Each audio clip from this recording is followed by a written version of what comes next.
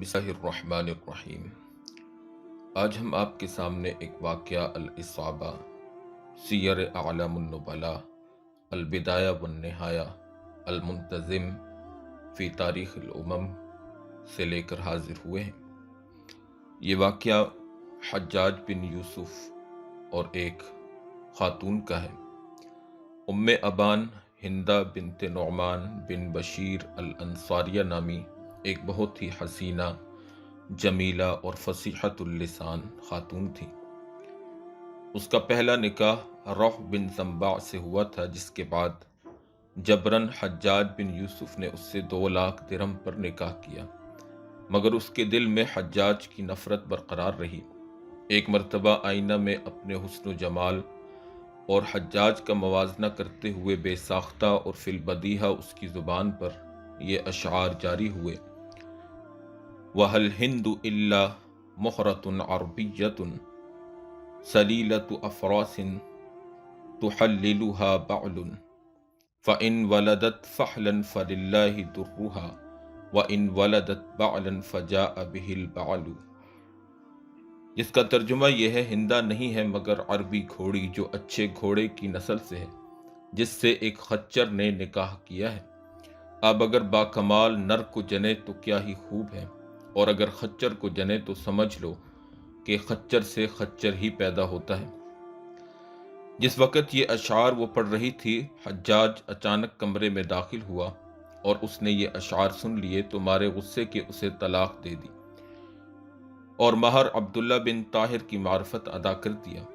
لیکن غیرت مند عورت نے یہ کہتے ہوئے ابو طاہر کو وہ رقم بطور تحفہ دے دی کہ ثقیف کے کتے سے نجات کی بشارت سنانے پر میں یہ خطیر رقم تجھے دیتی ہوں۔ اس کے بعد عبد الملک بن مروان کو اس کے حسن و جمال کی اطلاع ہوئی تو پیغام نکاح دیا۔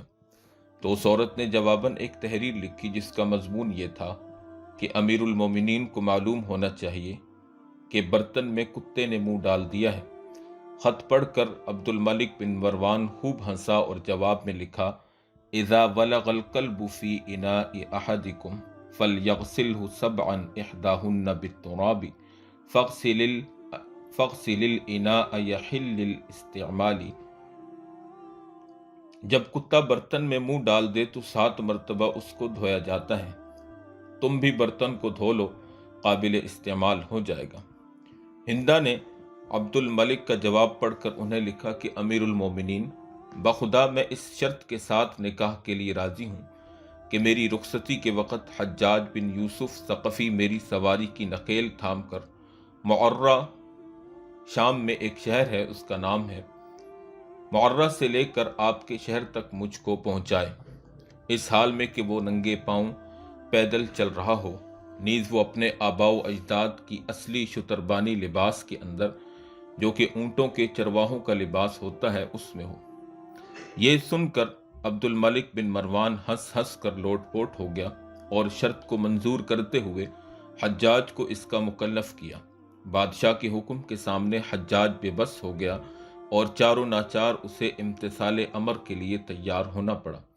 چنانچہ حجاج ہندہ کی رخصتی کے دن حاضر ہوا اور ہندہ کی اونٹنی کی نکیل پکڑے ننگے پاؤں شتربانوں کی ہیئت میں آگے آگے چلنے لگا۔ ہندہ کے ساتھ سہیلیاں اور خادمات بھی تھیں۔ چنانچہ موقع کا فائدہ اٹھاتے ہوئے ہندہ اپنی سہیلیوں اور حیفا کے ساتھ مل کر طنز اور چٹکی بھرتی رہتی تھی، حتیٰ کہ حیفا سے کہا: ارے دایا، ذرا محمل کا پردہ ہٹاؤ۔ اس کے بعد حجاج کو دیکھ کر زور زور سے قہقہہ لگایا۔ اس طرح استہزاء اور مذاق اڑاتی ہوئی جب عبد الملک کے شہر کے قریب پہنچی تو اس ادیبۃ الزمان عورت نے عجیب و غریب انداز سے اپنی ذہانت اور فطانت کا لوہا منوایا کہ حجاج کو منہ کی کھانی پڑی۔ شاید ایسی تحقیر اور تذلیل اس کی کبھی نہیں ہوئی ہوگی۔ ہوا یہ کہ اس نے چپکے سے 1 دینار نکال کر زمین پر ڈال دیا اور حجاج کو مخاطب کر کے کہا: یا حمال، یعنی اے شتربان، ہمارا 1 درہم گر گیا ہے، اٹھا کر دے دو۔ حجاج زمین پر درہم ڈھونڈنے لگا مگر اسے دینار ہی نظر آیا تو کہنے لگا: یہاں دینار ہے، درہم نہیں ہے۔ ہندہ نے کہا: نہیں، وہ تو درہم ہی تھا۔ اس نے پھر کہا ارے دینار ہی ہے۔ اب موقع پا کر استعارہ کے طور پر کہنے لگی الحمدللہ سقط منا درہم فعوضنا اللہ دینارا، میں اللہ کا شکر ادا کرتی ہوں، اگر تو میرا درہم تھا مگر بدلے میں اس نے دینار عطا کیا، تجھ حقیر کے بدلے عبد الملک بن مروان جیسے بادشاہ کی زوجیت کا شرف بخشا۔ حجاج پوری بات سمجھ گیا اور بے حد شرمندہ ہو کر خاموش ہو گیا اور اس سے کوئی جواب نہ بنا۔ اس طرح وہ عبد الملک بن مروان کے پاس پہنچ گئی۔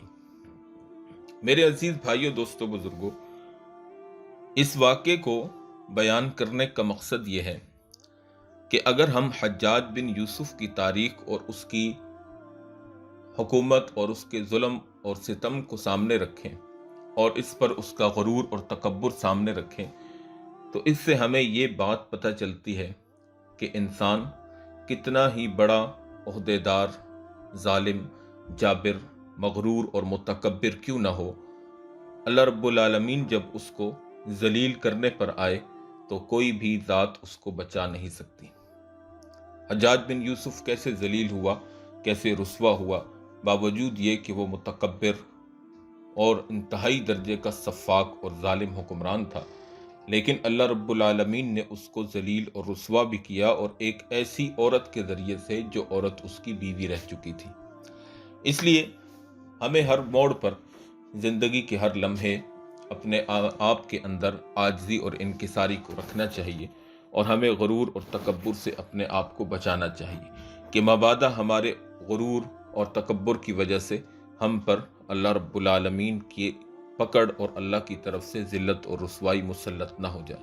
اللہ رب العالمین ہمیں عاجزی اور انکساری اختیار کرنے کی توفیق عطا فرمائے اور غرور اور تکبر سے ہم سب کی حفاظت فرمائے۔